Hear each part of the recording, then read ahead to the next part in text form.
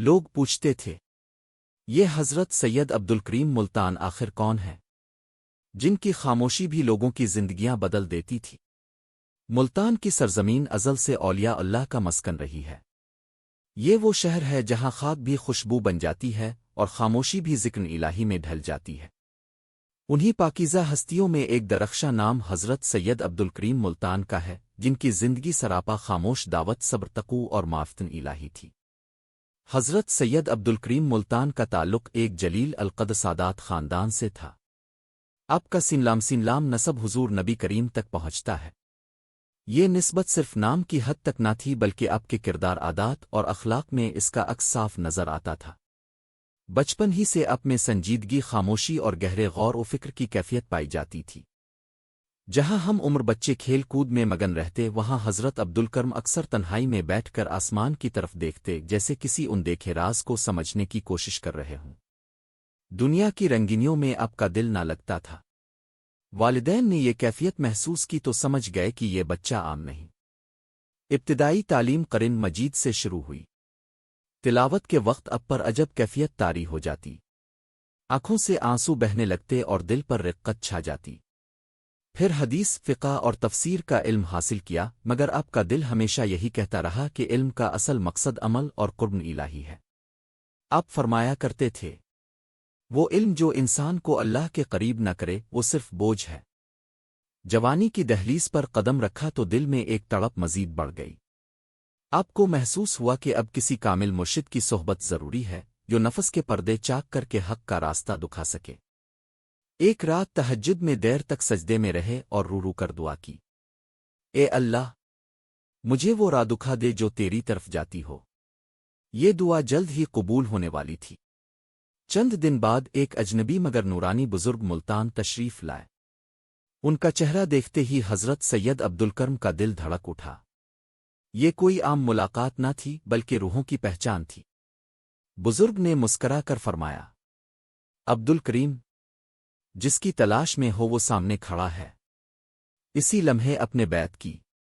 یہ بیعت صرف ہاتھ میں ہاتھ دینے کا نام نہ تھی بلکہ اپنی پوری زندگی اللہ کے سپرد کرنے کا عہد تھا۔ بیعت کے بعد مجاہدات کا ایک سخت دور شروع ہوا۔ دن کا اکثر حصہ روزے میں گزرتا، راتیں ذکر و عبادت میں۔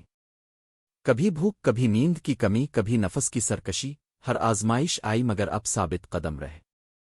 ایک موقع پر شیخ نے فرمایا، عبدالکریم، اگر ولایت چاہتے ہو تو اپنی خواہش کو دفن کرنا ہوگا۔ اپنے بغیر تردد کہا، مرشد، میں تو پہلے ہی خود کو مٹا چکا ہوں۔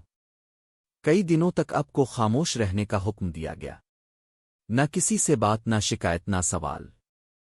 اس خاموشی میں آپ کا دل بولنے لگا، نفس کمزور ہوتا گیا اور روح مضبوط۔ اسی دوران پہلی کرامت کا ظہور ہوا، مگر آپ نے اسے ہمیشہ چھپایا۔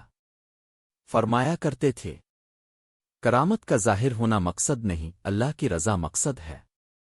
وقت گزرتا گیا اور حضرت سید عبدالکریم ملتان ایک بلند روحانی مقام پر فائز ہو گئے، مگر نہ کبھی دعویٰ کیا، نہ شہرت چاہی۔ سادہ لباس، خاموش مزاج اور عاجزی اب کی پہچان بن گئی۔ اب کی خانقاہ ہر وقت کھلی رہتی۔ امیر ہو یا غریب، عالم ہو یا جاہل، سب کے لیے ایک جیسا سلوک۔ آپ کا طریقہ تبلیغ خاموش تھا مگر اثر دلوں پر گہرا پڑتا۔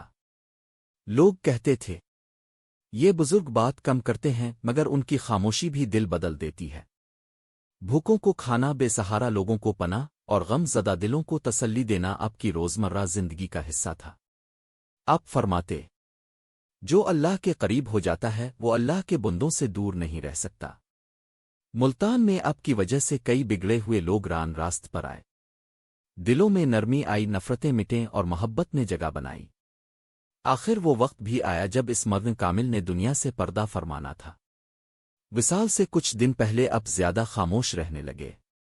ایک قریبی مرید نے عرض کیا، حضرت، کوئی آخری نصیحت فرما دیں۔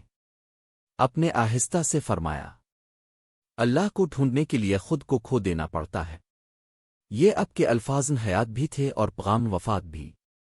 وصال کے دن ملتان کی فضا سگوار تھی، ہر آنکھ اشکبار، ہر دل غمگین، مگر ساتھ ہی ایک سکون بھی تھا کہ ایک ولا کامل نے اپنا کام پورا کر دیا۔